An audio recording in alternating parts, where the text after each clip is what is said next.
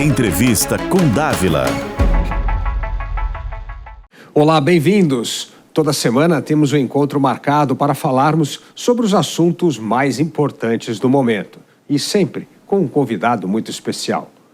Como a política nacional afeta a imagem do Brasil no exterior?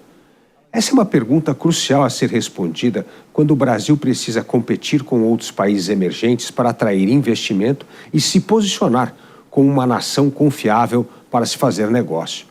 O Brasil tem enorme potencial de aumentar exportações de alimento, de minério e também se firmar como uma nação protagonista na questão climática. Afinal, nosso país é responsável por metade da captura de carbono do mundo. Entretanto, a insegurança jurídica, política externa errática e freio no avanço das reformas do Estado despertam a desconfiança de investidores privados. E para falar sobre os desafios e oportunidades do Brasil no cenário internacional, o Entrevista com Dávila recebe Christopher Garman, consultor sênior da Eurasia Group, uma das maiores consultorias de análise de risco político do mundo. Christopher, seja muito bem-vindo no Entrevista com Dávila. Um prazer enorme estar aqui com você nessa conversa, um privilégio estar aqui. Christopher, para entender as oportunidades e desafios do Brasil, vamos conversar um pouco sobre primeiro o cenário global e depois trazemos aqui para a nossa conversa. Né? Perfeito. O cenário global, vamos começar por um foco importantíssimo hoje, que é a Europa. Nós temos ainda esta guerra da Ucrânia com a Rússia se arrastando. Como isso afeta a economia global? Afeta muito ou pouco? Ou ela agora já se tornou uma guerra que afeta muito mais uma questão regional? Eu acho que hoje já afetou muito e hoje está uma guerra regional que tem pouco impacto para a economia global, mas com riscos de cauda importantes que precisamos ficar atento. Por que eu digo isso? Evidentemente, quando a guerra estourou, teve um impacto enorme em termos de preços de alimentos, todo o fornecimento também da região da Eurásia, da Ucrânia, e a própria Rússia. E nós vimos os choques que isso levou, não é? E passamos um período de transformação enorme na Europa, onde a Europa teve que se reequipar para não depender do gás russo para a sua indústria. Então houve um enorme esforço de vários países na Europa para tentar encontrar essa substituição. Algumas substituições foram mais poluentes nesse curto prazo, mas eles conseguiram, né? Seja importar gás e LNG, encontrar outras fontes de energia. Então houve um reordenamento energético na Europa que deixou a indústria europeia menos competitiva. Então acho que isso foi um impacto importante, né, que a Europa ainda está vivendo hoje. Mas quando a gente olha em termos de um conflito que pode impactar a economia global, é um risco menor no curto prazo. Nós estamos com uma guerra já de 2 anos, estamos não num impasse, mas estamos com uma guerra militar com poucos movimentos de conquista de terra. Os russos estão avançando incrementalmente em parte do território ucraniano. Os ucranianos responderam com uma investida numa região da Rússia para tentar pegar tropas russas e defender o território deles para poder evitar esse avanço. Foi mal sucedido essa aposta.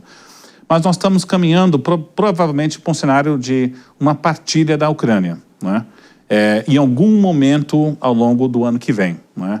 Então o que nós estamos vivendo hoje qual é o tamanho do avanço russo para chegar a uma negociação futura, né? Que não vai ser fácil. Ainda não é confortável porque temos um risco de cauda, que a gente gosta de chamar, que se você pode ter um avanço militar russo ao ponto que leva a um desespero ucraniano e possa trazer um conflito militar que traga a OTAN mais diretamente nesse risco. Esse risco existe, tá? Então a gente calibra uma probabilidade de um risco como esse em quase 30% na Eurásia. Então, é um risco de cauda que a gente tem que ficar atento, né? Que graus de conflito. Mas o mais provável é que seja um impasse militar e a gente está negociando os termos de um futuro acordo.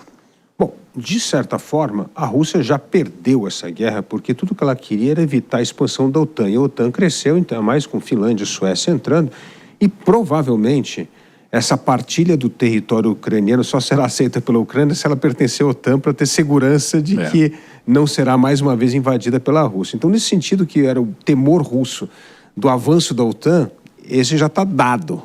tá certo? Por outro lado, o Putin pode clamar vitória ocupando um pedaço expressivo da Ucrânia.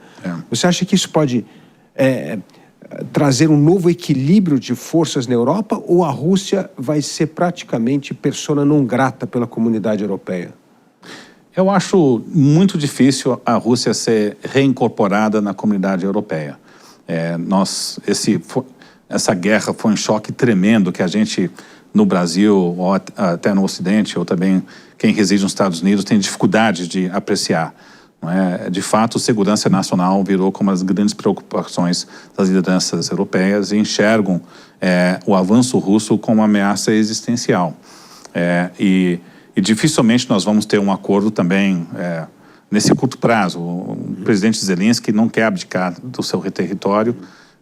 O Putin também dificilmente vai aceitar um recuo de território que já foi conquistado. Então, no fundo, a gente pode ter uma repartição da Ucrânia, mas talvez sem um acordo formal das suas partes, mas que, assim, o nível de conflito militar venha a diminuir. Mas nos parece um caminho sem volta do Putin. E você tem toda a razão. A gente olha com um passo mais amplo, o Putin fez um erro de cálculo. Ele não faz um erro de cálculo na capacidade de assumir Kiev, nessa investida militar no início. Então, os generais deles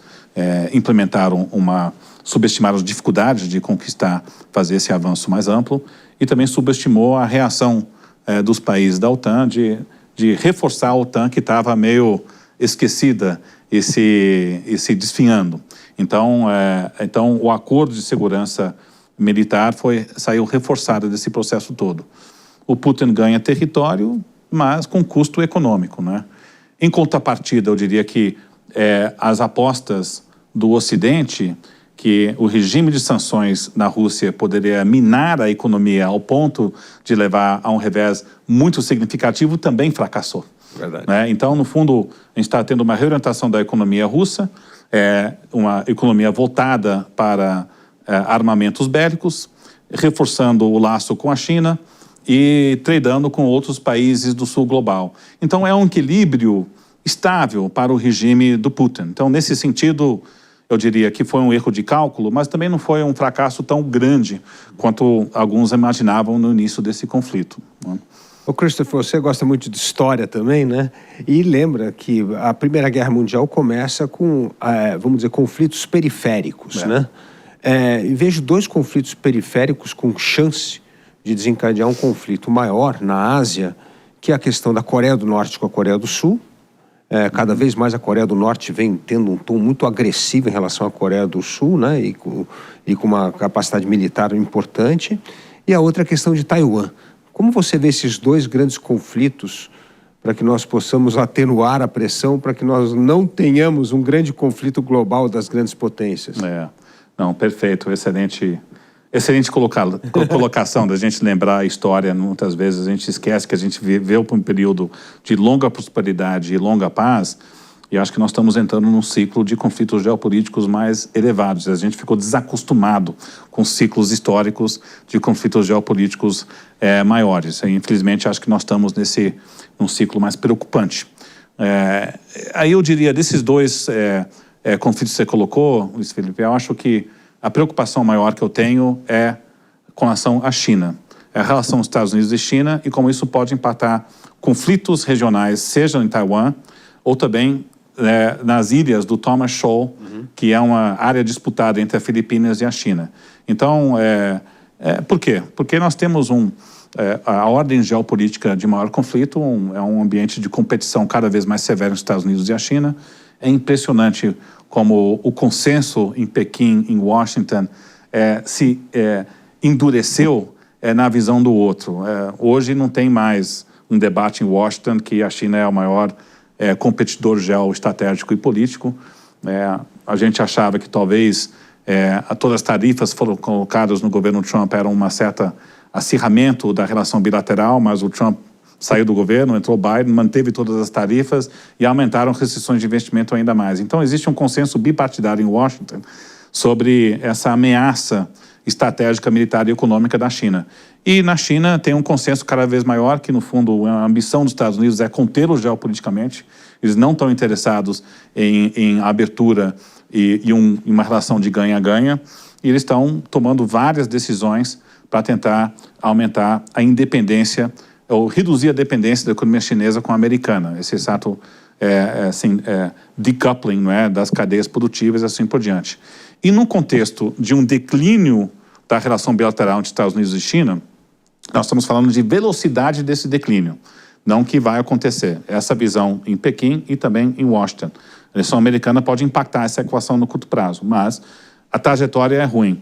E aí o conflito de Taiwan preocupa nesse contexto maior, entendeu? Porque, no fundo, nós temos uma economia chinesa que está desaquecendo, a preocupação em Pequim sobre a economia está aumentando, tem um debate cada vez maior que talvez eles façam um estímulo fiscal maior, mas eles enxergam esse desafio econômico que o consumo não está retornando e a economia está desacelerando e, portanto, o lado doméstico econômico está mais complicado e nós temos uma liderança ao redor do presidente Xi Jinping muito focado em temas de segurança nacional.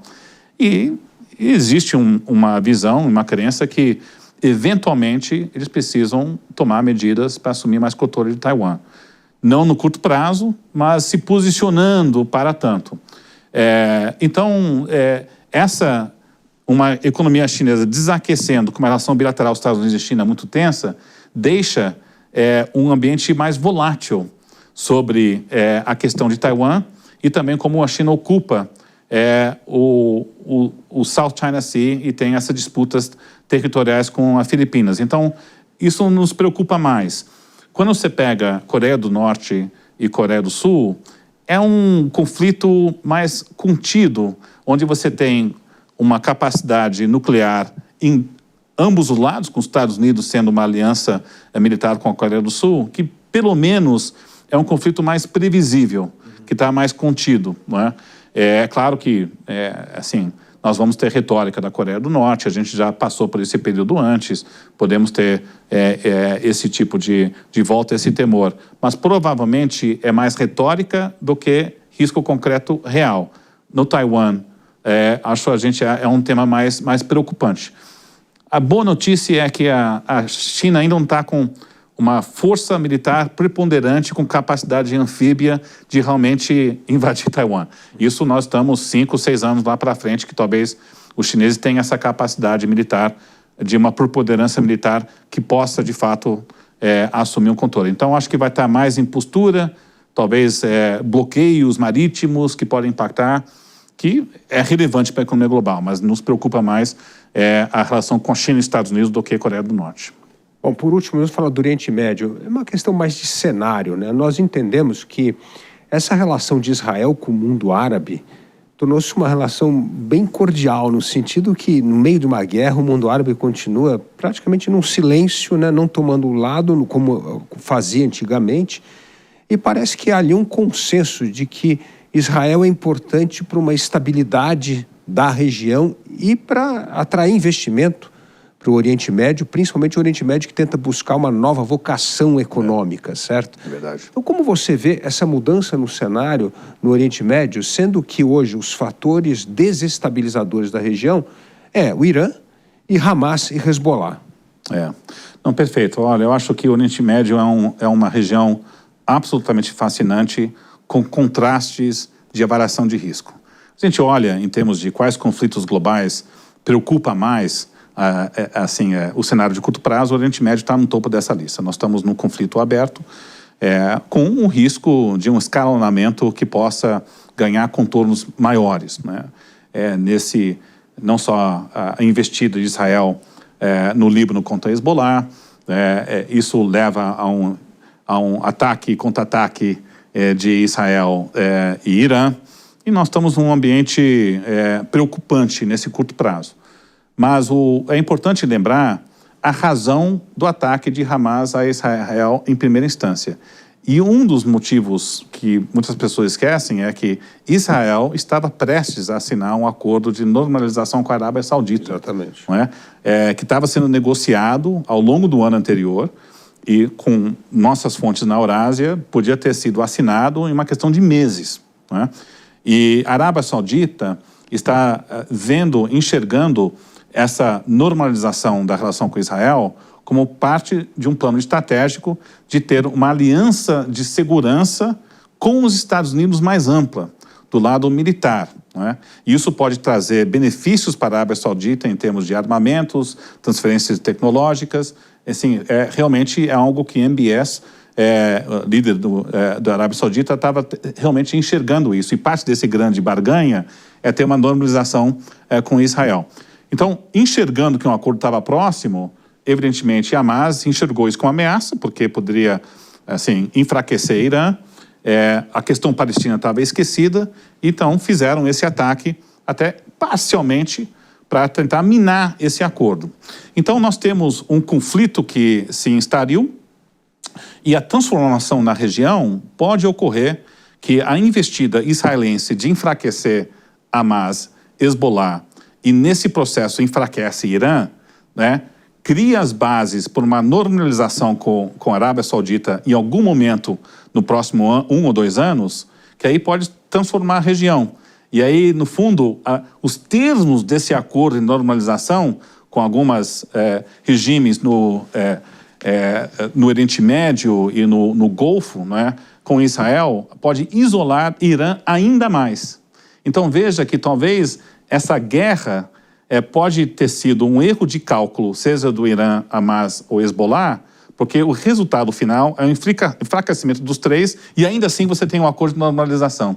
Então, quando a gente olha na região do Oriente Médio, temos um caminho para uma grande barganha maior do que temos com Putin, Zelensky e na Europa. Então é um contraste enorme. Você está mais otimista com esse novo Oriente Médio que pode ser? Eu acho que aí, e você muito bem colocou, Luiz Felipe, que está tudo meio quieto, né? Liderança na região, porque eles estão enxergando benefícios do enfraquecimento deste eixo entre Irã, Hezbollah e Hamas. Ninguém pode falar publicamente, você pode incendiar as ruas, não é? Que isso dado toda a investida israelense, que evidentemente gerou uma revolta no mundo árabe, na região como toda. Mas as lideranças da região não estão vendo de maus olhos o que está acontecendo. Bom, e por último, o papel dos Estados Unidos nessa arena internacional, né? Condoleezza Rice escreveu um paper recentemente na Foreign Affairs dizendo que os Estados Unidos não pode embarcar numa política isolacionista. Cada vez que fez isso na sua história, foi um desastre para os Estados Unidos e para o mundo. Esse risco corre mais com Trump do que com Kamala Harris. Como você vê um cenário rapidamente da atuação na política externa norte-americana, nessa ordem mundial, tanto de Trump quanto de Kamala Harris? Olha, claramente, se o Trump prevalecer, que nós acreditamos ligeiramente mais provável do que a Kamala Harris, vamos ter uma ordem, uma política externa americana muito mais transacional.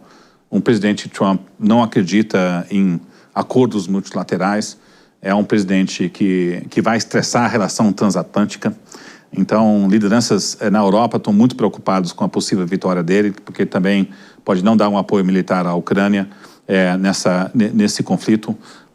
E é um presidente que é mais olhando os Estados Unidos para dentro, né? E tem investidas na política externa mais específicas e transacionais.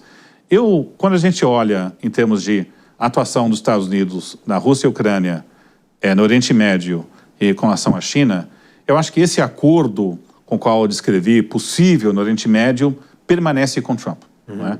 A gente olha no primeiro governo Trump, eles tiveram também uma tentativa de mediar um acordo, o Jared Kushner da família também teve um papel pessoal de negociação e o Trump tem uma relação mais próxima com a liderança da Arábia Saudita. Ele até tem interesses comerciais na região. Então, eu acho que esse tipo de acordo ainda é possível. Então, podemos ter uma liderança americana nesse sentido.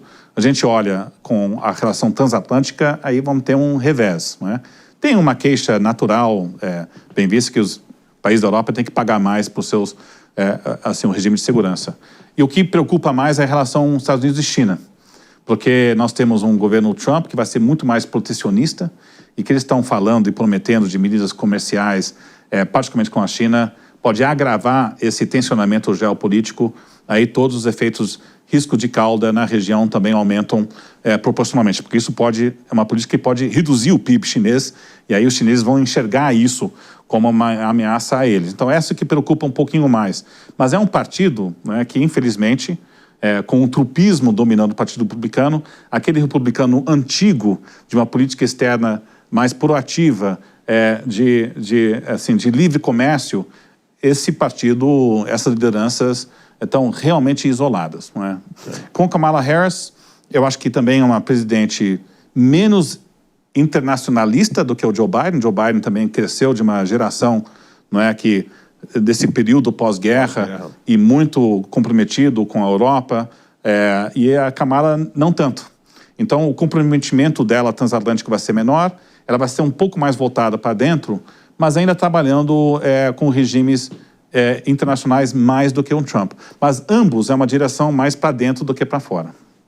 E vamos agora ver o Brasil. O Brasil, nesse cenário de volatilidade, pelo menos na parte da exportação de alimentos, né, de comida, o Brasil continua muito forte, ainda mais com o crescimento da população na Ásia, né? Como você vê essa relação do Brasil nessas áreas importantes, como é o agronegócio, como é a questão das energias renováveis? O Brasil pode, né, trazer muito capital para cá, muito investimento nessa transição energética e, finalmente, o Brasil como liderança na América Latina. Não, olha, Dávila, acho que você, não só a maneira que você formulou essa pergunta, mas também a sua fala de abertura, eu estou totalmente alinhado, tá? Eu enxergo um mundo geopolítico cada vez mais conflituoso e até em algumas palestras com os nossos clientes eu gosto de abrir com a fala que eu estou mais otimista com o Brasil porque estamos estruturalmente mais pessimistas com a ordem geopolítica global. Porque nós estamos caminhando para um mundo onde nós vamos ter preocupações de segurança alimentar em alta, preocupações de segurança energética em alta, preocupações de segurança das cadeias produtivas também vão ter mais elevadas, e nós estamos numa mudança climática inevitável, onde o setor privado, mesmo que alguns governos não queiram abraçar essa agenda, vão estar demandando produção dos seus produtos com uma pegada de carbono menor. E a gente olha os ativos que o Brasil tem, os ativos estão alinhados com essas preocupações, então os ativos que o Brasil tem vão crescer em termos de valor, dado esse ambiente de contexto geopolítico global. Produção de petróleo no Brasil pode aumentar em 50% até 2030, então isso pode ajudar do lado fiscal, fornecimento de gás e também o lado da indústria. Você bem colocou, o Brasil é o país que tem mais potencial de produção agro de áreas sem desmatamento para poder alimentar um mundo que deve crescer em termos populacionais de 8 bilhões a quase 10 bilhões de pessoas nos próximos 25 anos. E também temos uma energia muito limpa, não é? Uma das mais limpas globalmente, então você está para poder produzir produtos com pedágio de carbono mais baixo. E o lado bom do governo atual é que estão avançando em medidas para tentar capitalizar essas vantagens. Regulamentação do mercado de crédito de carbono deve ser feito, aprovou o marco sobre novos combustíveis, aprovou o novo marco regulatório de hidrogênio verde, então está apontando sementes para poder capitalizar. O desafio, né, e a gente sabe disso muito bem, é que o lado fiscal é o grande calcanhar de Aquiles desse governo. Então, é um governo que gasta bastante, está gerando uma demanda maior do lado de inflação e está desancorando expectativas do lado que impacta câmbio, que impacta, não é, e empurra o Banco Central a ter que aumentar juros mais elevados. Então, no fundo, nós temos um desafio macroeconômico muito grande que está impedindo que o Brasil captura essas potencialidades. Eu acho que, ao longo do tempo, esses ativos vão prevalecer, mas talvez demore um pouco para a gente até resolver esse nó do lado fiscal, que é que realmente é a âncora que está deixando o Brasil não crescer tanto. Christopher, além dessa âncora fiscal, tem a âncora da insegurança jurídica, essa história de não cumprimento de contratos, revisão de contratos. Recentemente nós tivemos uma decisão do Supremo Tribunal Federal que praticamente tirou dinheiro da Starlink para pagar o X só porque tinha um acionista em comum. Isso tudo manda um sinal muito negativo para o mundo, né? Como o mundo percebe o risco da insegurança jurídica? É um risco que já está embutido no preço, entre aspas, mercado emergente? ou é algo que preocupa tanto quanto a questão fiscal? Olha, eu acho que se a gente olha, tem dois níveis de preocupação da segurança jurídica. A gente olha os embates entre o Supremo, não é? E que pega o debate nacional sobre direito de expressão de liberdade, as investigações não é, contra a chamada fake news, e nós temos um Supremo que realmente, em nome do que eles enxergam com defesa da democracia e desinformação sobre ataques ao sistema eleitoral, realmente tomaram decisões de investigações e medidas que realmente o colocam numa posição de reforçar essa preocupação com o direito de expressão individual. E, na verdade, isso vai ser uma grande bandeira da direita da oposição em 2026, não é? Que é a defesa da democracia e um ataque direto para um Supremo que está extrapolando parte dos seus próprios limites. Eu até brinco, Dávila, que nos Estados Unidos, o debate eleitoral, você tem os democratas que estão abraçando o tema de ameaça à democracia. Você faz pesquisas, algumas pesquisas que mostram que a ameaça à democracia é a principal preocupação dos democratas nessa disputa, acusando o Trump como sendo essa acusação. Você vai nos republicanos, a ameaça à democracia não é um tema relevante para eles. Eles enxergam os democratas como essa democracia, mas não é. É migração e também temas econômicos. No Brasil, eu acho que a direita, esse tema de liberdade e ameaça à democracia vai ser eleitoralmente saliente pela primeira vez, não é? Mas eu acho que o investidor estrangeiro enxerga isso e tomar as decisões como banimento do X, essa politização do Supremo, é uma certa preocupação, sim. Mas também o que pega são decisões do Supremo, não é, que transparecem que favorecem um grupo econômico sobre o outro. Então, eu acho que isso gera um pouco uma percepção que talvez não temos regras tão claras do embate comercial, não é? Então, acho que isso também está aumentando essa sensibilidade. Então, essa insegurança jurídica extrapola só decisões como o do X e do Starlink. Eu acho que é um pouco mais ampla, não é? Mas é também emblemático de um contexto doméstico, onde cada lado enxerga o outro como uma ameaça à democracia. Isso é muito infeliz. E o desrespeito, né, às regras do jogo, porque isso fere a lei de SA, assim como a decisão de rever contribuição social sobre o lucro líquido de maneira retroativa, coisas que realmente deixam o investidor estrangeiro bem preocupado com o que é o cumprimento de contratos, né, no Brasil.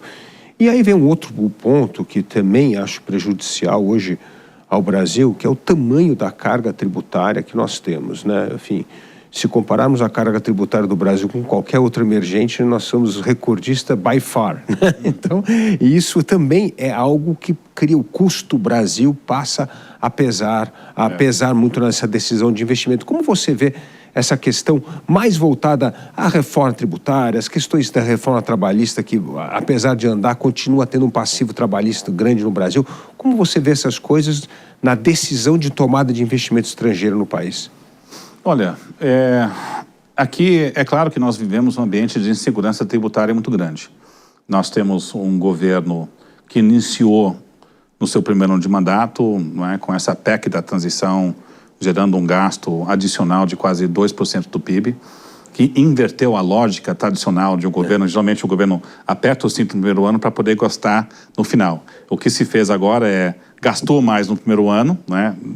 Uma visão passo planalto que tem que diminuir o risco da oposição indo para as ruas depois do 8 de janeiro, assim por diante, mas o preço que você paga ao fazer isso é que você tem que correr atrás do prejuízo lá do gasto e cobrir gastos com mais tributos. Então, você tem a equipe econômica, o governo, num esforço contínuo de o que eles chamam recomposição da carga tributária, mas no fundo, evidentemente, é um aumento de carga vis-à-vis ao atual, e isso gera muita incerteza, porque a cada 2, 3 meses anuncia uma nova medida tributária e gera incerteza sobre, assim, qual a carga que eu vou pagar como um empresário e para fazer planejar meus investimentos futuros, né? E essa historinha vai continuar ao longo desse próximo ano e meio, né? Infelizmente, tá? Dado as dificuldades de cumprir as metas primárias. Então isso gera uma insegurança e temos um Supremo com uma relação muito próxima com o Palácio do Planalto e o atual governo, que são mais amigáveis a teses tributaristas que a equipe econômica tem colocada. Então, isso é uma fonte de incerteza, sim, sem dúvida nenhuma. Mas eu diria que igualmente importante, ou talvez mais importante ainda, é você ter uma taxa de juros reais acima de 6%. Então, quando você tem o custo de gastar mais, desancorar expectativas de inflação, um câmbio mais depreciado, aí força o Banco Central a ter que aumentar juros bem quando o Banco Central americano está diminuindo, olha essa dicotomia realmente infeliz. E aí isso coloca uma dúvida sobre assim, a sustentabilidade desse crescimento aqui, né? E o carrego de custo de caixa para as empresas e o custo financeiro é muito elevado. Então isso acaba, eu diria que o impacto de juros altos é mais elevado do que o impacto da incerteza da carga tributária, né? Acho que dos dois, acho que o segundo pesa mais, pelo menos que a gente escuta de investidores estrangeiros. Olhando essas oportunidades e desafios que você bem colocou aqui, como que o investidor estrangeiro busca a Eurásia para entender o Brasil? Ele está sondando, ele está curioso ou ele está determinado a investir no Brasil para diversificar risco em mercados emergentes? Nós temos cada uma dessa categoria. Nós temos metade da nossa base de clientes são empresas multinacionais, várias delas que têm peso histórico aqui no Brasil. Então, o Brasil é um desses países que é grande demais para você não estar dentro. Então, que tem um compromisso, um plano para o país mais de médio prazo. E aí, o plano de investimentos você pode ter mais ou menos apetite para investimentos dependendo do ciclo econômico. Aí eles vêm para nós para tentar construir cenários do que nós estamos enxergando do lado político que pode impactar o setor deles e também a macroeconomia. Nós temos também investidores no mercado financeiro, que aí você tem os investidores que entram de forma mais tática, e aí é engraçado, sempre tem uma dicotomia entre investidor estrangeiro, que muitas vezes vê o local sendo excessivamente pessimista, eles enxergam uma oportunidade de compra, porque o local é muito passional, exagera no lado do pessimismo e pode ter essas oportunidades táticas. E também você tem investidores que olham para o Brasil para fazer uma mudança mais estrutural de alocação de investimentos também no setor financeiro. Esse tipo de investidor está com barbas de molho, porque essas incertezas fiscais geram uma dificuldade de previsão de câmbio e do lado dos preços de ativos. Então, se tinha investidores propícios a fazer um investimento mais estrutural logo pós-eleições e ficaram decepcionados com todo o ruído da política econômica que a gente viu logo depois. Então, eles estão mais propícios a olhar o Brasil mais construtivamente do que o local, porque eles enxergam o Brasil nessa comparação, né? Eles enxergam o Brasil com ativos no setor agro, setor energético, e o mundo está difícil. Vários países estão fazendo irresponsabilidades fiscais. Vários países estão lidando com conflito. Então, muitas vezes a gente esquece que o investidor estrangeiro olha o Brasil em termos relativos. E no mundo tem poucas boas oportunidades. Mas ainda assim, eu acho que o que eu acabei de escrever impede um movimento mais forte do gringo entrar no Brasil. Mas eu acho que é uma mistura de tudo, em termos do perfil de demanda que nós temos. Mas, por outro lado, o Brasil tem um alinhamento, vamos dizer assim, com os países mais do Ocidente, mais democráticos, apesar desse movimento da política externa brasileira agora com esse sul global, e que esse redesenho da globalização, pensando muito mais em cadeias do nearshoring, né? Fazer coisas mais perto dos seus mercados, e até o friendshoring, com os amigos, né? Com nações mais amigas, que têm mais afinidades em princípios e valores. Você vê o Brasil aproveitando essa oportunidade ou ainda o Brasil está longe do radar dos investidores nesses dois quesitos, vamos dizer, de um redesenho das cadeias globais? Eu acho que o Brasil não está na primeira ordem de países que se beneficiam desse redesenho das cadeias globais. A gente olha países como México, que estão com um acordo de livre comércio com os Estados Unidos, através do USMCA. Claramente, eles ganham em termos relativos. Eles estão dando um enorme tiro no pé com reformas funcionais do judiciário. E se o Trump ganhar, vai ter um cenário difícil para o México, mas em termos estruturais eles ganham mais. Países do sudeste da Ásia ganham em termos mais. Vietnã já vem ganhando já há muito tempo em termos de relocação de investimentos da China para o país do sudeste da Ásia. Índia está muito bem posicionado para poder se beneficiar desse movimento. E o Brasil não está acoplado com essas cadeias do setor manufaturado, né? Que podem ganhar em termos relativos como Tailândia, Malásia, Indonésia, Vietnã e Índia. Mas, ao mesmo tempo, acho que o Brasil tende a ganhar porque alguns países também querem reforçar os laços com o Brasil em questão alimentar, em questão de segurança energética e todos os fatores que a gente descreveu.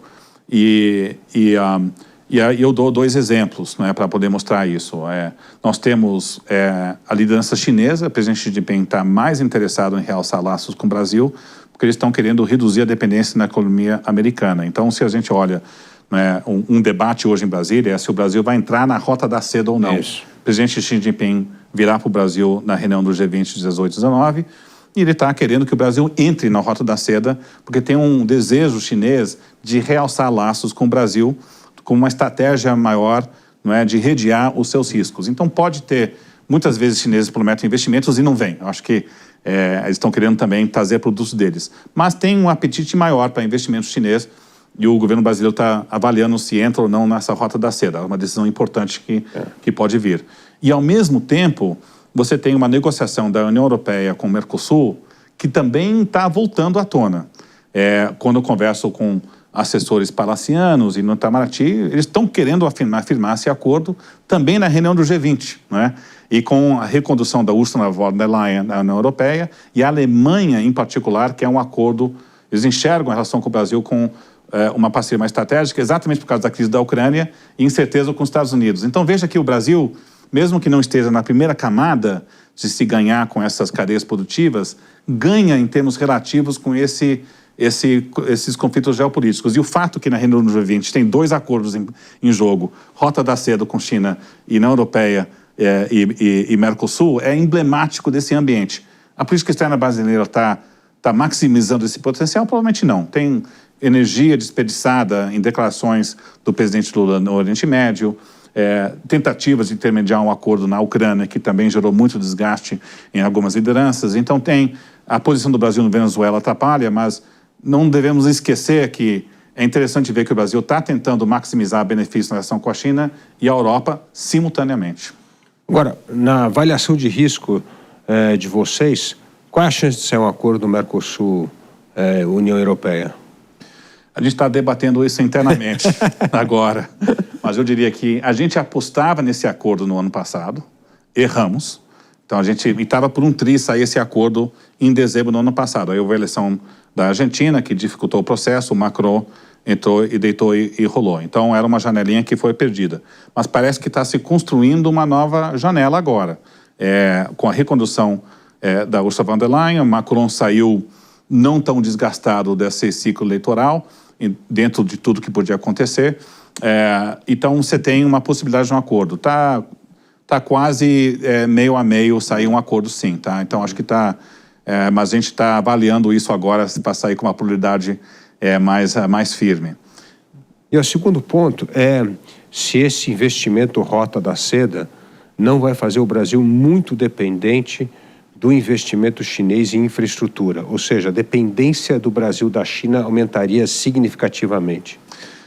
Eu acredito que não, Dávila. Eu acho que a razão é que o Brasil, em comparação com outros países, não dá garantia soberana para financiar projetos de infraestrutura chinês, né? O que acontece em outros países na Rota da Seda. Principalmente na África. Na África, assim por diante. Aí você tem, de fato, uma dependência com a China maior, onde você pode reaver ativos do país se você não tem pagamento dessas dívidas. E o Brasil não faz isso. Então, a pergunta é, ok, se você não faz isso, entrando na Rota da Seda, vai aumentar investimentos chineses de forma relevante? E a resposta é provavelmente não.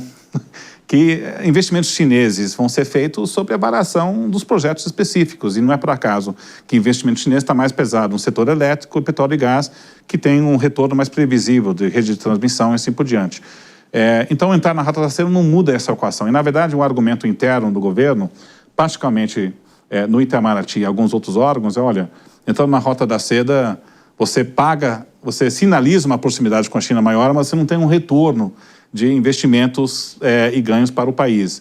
Então, no fundo, o argumento para não entrar é: vamos manter uma posição privilegiada com a China, bilateral, e não vamos nos apequenar para entrar na Rota da Seda com um retorno não é tão grande. Eu acho esse argumento convincente. Outros no governo acham que pode ter algo em retorno especificamente, de investimentos e assim por diante. Mas eu acho que a boa notícia é que nós estamos com uma proximidade e uma relação mais próxima econômica e diplomática com a China, mas isso é um caminho lento que está vindo, não é? Acho que independente do acordo da Rota da Seda ou não. Se entrar na Rota da Seda é um sinal diplomático que pode ter repercussão lá fora, particularmente se o Donald Trump ganhar. Imagina o cenário: o Donald Trump ganha 5 de novembro, o presidente Xi Jinping vem para o Brasil, anuncia a Rota da Seda e um governo Trump muito anti-China. E aí o Brasil pode entrar no radar de um governo Trump mais do que deveria, não é? Essa é a sequência que mais me preocupa. Mas não necessariamente que o acordo em si muda estruturalmente a relação do Brasil com a China. Nós já tivemos essa disputa com a Huawei, né, no Brasil, quando foi aquela velha história que mostrou essa tensão entre China, Estados Unidos e Brasil, né? Isso, né? Então, eu acho que, assim, no fundo, o Brasil vai tentar maximizar a relação com a Europa, com a China e manter portas abertas com os Estados Unidos. Mas quando você tem um acirramento da relação Estados Unidos e China que pode piorar bastante se o Trump ganhar, esse equilíbrio fica mais difícil de se manter. E falando em América do Sul, precisamos tratar da Argentina. A Argentina vem fazendo uma mudança de rumo extraordinária desde que Milei assumiu a presidência do país. Aliás, até mais favorável ao acordo, né? Mercosul, Sim, Comunidade Europeia, né? E se essas reformas saírem do papel e colocarem a Argentina, vamos dizer, num bloco mais abertura econômica, mais liberal, qual é o impacto que isso vai ter não só na América do Sul, mas principalmente as atenções do mundo voltando o seu olhar para a Argentina como uma opção além do Brasil? É interessante. A gente olha quais são os 2 países de mercados emergentes que estão fazendo uma agenda de reforma mais ampla, arrumando suas contas fiscais, e é Argentina e Turquia. Né? Mas são 2 países que chegaram no fundo do poço, gerou uma crise maior, e na Argentina, de fato, o governo Milei está fazendo uma ampla agenda de ajuste fiscal, liberalização da própria economia, e, de fato, o interesse na Argentina está crescendo. O desafio é que é um ajuste incompleto. E eles têm uma armadilha que é difícil desarmar, que você tem um regime de controle de cambial, né, que eles estão segurando, né, que está impedindo, né, mais investimentos no país, porque se você não consegue tirar seus dólares, por que você vai investir mais no seu próprio país? O desafio para o Milei é: se você liberalizar o câmbio, você pode ter remessas saindo, o câmbio pode desvalorizar e traz mais inflação bem antes da eleição para o Congresso no ano que vem. Então, veja, e o plano deles é o seguinte: vamos fazer um ajuste fiscal amplo, né? Ganhar mais credibilidade. Quando a gente liberaliza o câmbio, o controle de capitais, não vamos ter essa desvalorização tão grande. Mas tem um temor de sair desse controle de capitais. Então, eles estão um pouco numa sinuca de bica agora. Então, eu acho que ainda, eu diria que eles têm que atravessar esse período, desarmar essa bomba, e aí sim você pode ter um perfil mais positivo para a Argentina. Mas é uma equação delicada, porque se você liberalizar o controle de capitais, você pode perder apoio popular e sair mal nessas eleições no ano que vem. Ou seja, isso deve ser feito após as eleições de 2025. Esse é o grande debate na Argentina hoje. Se eles tentam fazer a liberalização do câmbio agora, mais cedo, para tentar gerar um crescimento lá na frente, mas correr um risco da eleição, ou você segura o controle de capitais, sai bem nas eleições, aí faz um ajuste pós, né? Então a gente está um pouquinho mais para o segundo. Mas aí é evitar uma perda de apoio popular e você mina o potencial do crescimento da economia porque você não liberaliza o câmbio. Então esse é o desafio. Então eu diria que o Milei foi muito bem nessa primeira etapa do governo, melhor do que a gente esperava na Eurásia. A gente já estava achando que podia perder um apoio popular mais do que perdeu, então nós fomos surpreendidos com isso. Então tem uma possibilidade de um ajuste exitoso, mas essa última perna ainda é difícil superar. Um ponto importante, você tocou sobre o México com reformas populistas que podem piorar muito a segurança jurídica no México, né? Principalmente com essa história de eleição de juízes, todas essas medidas populistas aí. E, além de tudo, haverá uma renegociação do acordo de livre comércio com os Estados Unidos em 26, né? Como é que você vê esse cenário com o México? Isso pode atrapalhar muito a vida do México e esse nearshoring que a gente está dizendo aqui?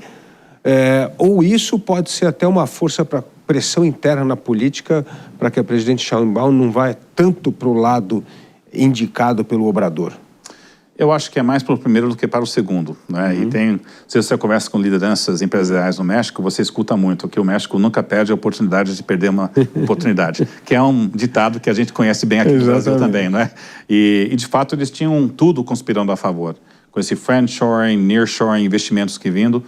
E aí o México entrou num equilíbrio difícil, que é associado a um executivo forte demais.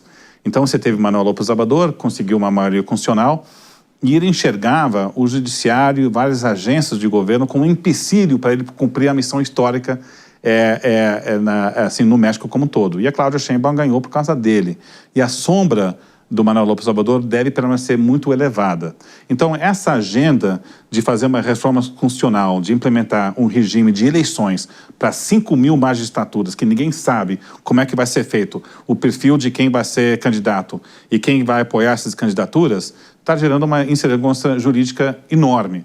E aí você joga um Trump que está querendo renegociar o acordo comercial com o México para impedir a entrada de produto chinês na economia americana, que vai gerar muito ruído no ano que vem. Você tem uma tempestadezinha perfeita que pode atrapalhar o tamanho do ganho que o México pode ter com esse friendshoring e nearshoring. Então, infelizmente, eu acho que esse gargalo vem. Mas eu até, aproveitando, Dávila, para comparar o regime do México com o do Brasil, né? No Brasil, nós estamos num ambiente de um país altamente dividido, polarizado. A gente falou um pouquinho como cada lado assim, da divisão política enxerga o outro como uma ameaça democrática. Isso gera muito ruído de percepção de insegurança jurídica, o qual você colocou bem na sua pergunta.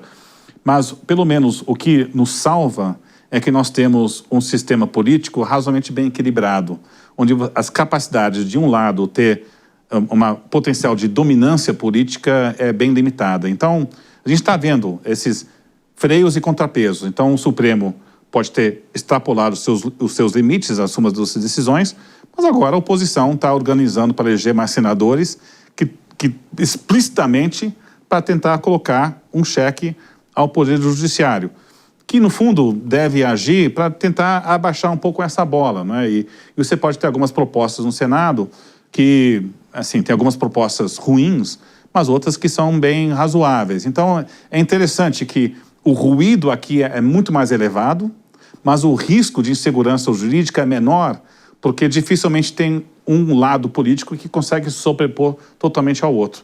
Como aconteceu no México, né? O México é uma história que não tinha ruído político, teve uma maioria constitucional, e aí sim você teve uma mudança institucional do país.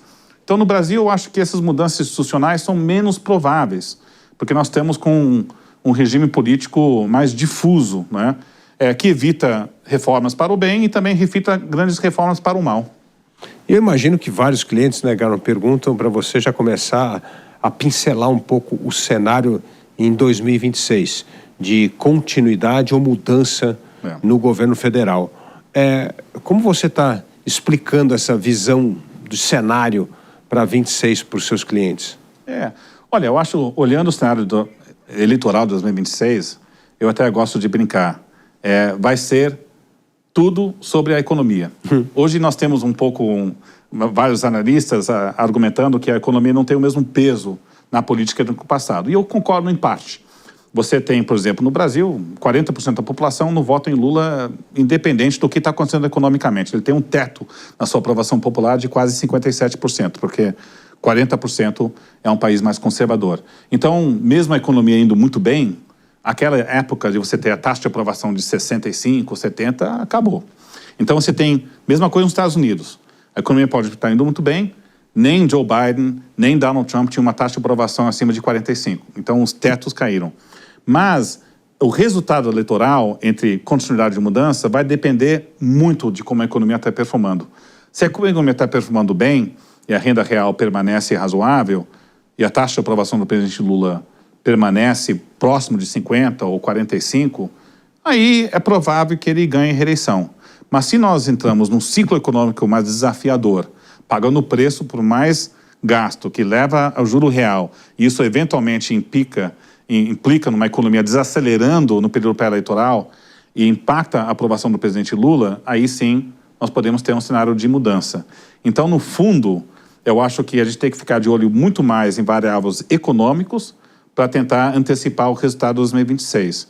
O que eu digo hoje é que o Lula está com uma certa gordura. Nós temos um banco de dados que a gente utiliza com a Ipsos Public Affairs, olhando o índice de reeleição, olhando o dado índice de aprovação popular 6 meses antes do pleito. Quando o governo está com uma taxa de aprovação de 50%, o índice de reeleição é 90%. 45% é 75%. E 40% é uns 54%. Então, veja que o Lula hoje está em 50%. Então, ele está, assim, sem saber nada do Brasil, você acharia que é um sinal de continuidade. Ele pode cair um pouquinho, ainda está bem, né? Mas se a gente tem um cenário que a aprovação cai mais próximo de 40%, aí ele está numa zona de perigo.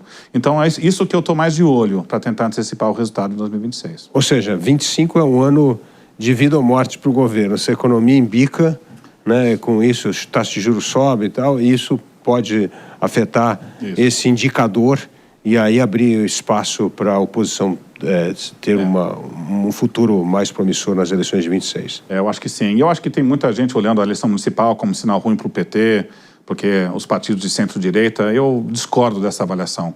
O que nós estamos é um ambiente, a economia está indo muito bem, as prefeituras estavam com dinheiro em caixa, histórico, emendas parlamentares, e o índice de reeleição nas prefeituras foi 81%. Então, nós estamos num ambiente benéfico favorecendo incumbentes. E não é porque o governo federal está bem que você vota na sua oposição no governo local. Não é assim que funciona a cabeça do eleitor. Então, eu não acho que é um sinal ruim para o PT e as chances do Lula. O que o Lula o passo para deveria estar preocupado é evitar essa desaceleração e fazer algo do lado fiscal para permitir que a taxa de juros caia, né? Esse é o grande calcanhar de Aquiles do governo atual. E essa parte é difícil, né, por uma questão até de resistência mesmo do próprio presidente, né, em mexer com a questão fiscal, achando, como sempre dizia, desde o governo Dilma, que gasto é vida. Esse é um problema que pode comprometer o futuro do governo, né, em 2025. E são regras vinculantes de educação, saúde, previdência. Então, assim, você tem talvez uma visão do presidente Lula que subestima o papel de um equilíbrio fiscal que pode ajudá-lo lá na frente. Acho que ele entende de forma difusa, mas não tão plenamente. Mas, politicamente, você mudar as regras de vinculação, você vai ser acusado de tirar dinheiro da saúde e da educação. Então, para qualquer político, é difícil você lidar com esses temas. E o presidente Lula, em particular, acredito que vai relutar em fazer mudanças mais profundas. Christopher, você que olha tanto o Congresso Nacional hoje, você acha que tem alguma chance dessa regulamentação da reforma tributária retomar um bom senso, ou você acha que o Brasil vai continuar tendo feudos de privilégio e com o maior imposto de valor agregado do mundo, o que, na verdade, cria uma distorção em tudo que o IVA deveria representar em termos de simplificação, universalização e mais taxação da renda do que do consumo? Não, excelente. Eu acho muito boa pergunta, Dávila. Eu tenho dificuldade em crer que a regulamentação no Senado vai consertar os equívocos que foram feitos na Câmara de Deputados. Porque, no fundo, o que nós vimos vários grupos com poder econômico, capacidade de barganha no Congresso, conseguiram exceções à sua tributação do lado do IVA, e o resultado final foi uma taxa final do IVA mais elevada, né, que a gente viu esse resultado. Então, a tendência do Senado é manter a maioria das concessões que foram feitas na Câmara. Talvez você pode negociar parte de uma trava que você pode, pelo menos, tentar garantir que a alíquota final não suba depois de um certo patamar, mas como é que você compensa essa perda de arrecadação? Mas a despeito das ineficiências que foram colocadas nesse projeto, eu ainda tenho simpatia com argumentos que o Bernardo Api tem colocado, que as ineficiências tributárias foram tão enormes no Brasil que a transição de um regime de tributação sobre origem, onde o produto é produzido, para o consumo, e uma certa harmonização dessas alíquotas reduz o custo de transação tributário interestadual, gera uma certa simplificação e no final do dia tende a aumentar a produtividade. Eu gosto de comparar a reforma feita no Brasil com a reforma do consumo feito na Índia, que era chamada a reforma do GST, que foi feita uns 7 anos atrás. Lá, tanto quanto aqui, várias exceções foram colocadas, você não criou um regime tão simples quando você poderia, mas ainda assim nós estamos vendo ganhos de produtividades e aumento da receita agora, que a Índia está se beneficiando. Então, eu ainda acredito que essa reforma tende a aumentar produtividade e também do lado do crescimento, né? Mas é que demora um pouco para poder surtir seus efeitos. É bom ter um olhar estrangeiro com uma visão mais otimista do país para tirar um pouco do pessimismo que reina na nação aqui. Christopher, muito obrigado pela sua participação aqui na Entrevista com o Dávila. Foi muito boa a nossa conversa. Muito obrigado. Muito obrigado pelo convite. Foi um enorme prazer. E a gente fica por aqui. E para você que gosta do jeito Jovem Pan de notícias, não deixe de fazer a sua assinatura no site www.jp.com.br. Você vai ter acesso a conteúdos exclusivos, análises, comentários e acesso ilimitado ao Panflix, o aplicativo da Jovem Pan. Obrigado pela sua companhia e até o próximo Entrevista com Dávila. Entrevista com Dávila.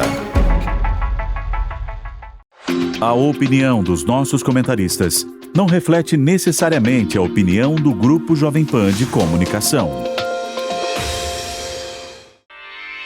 Realização Jovem Pan News.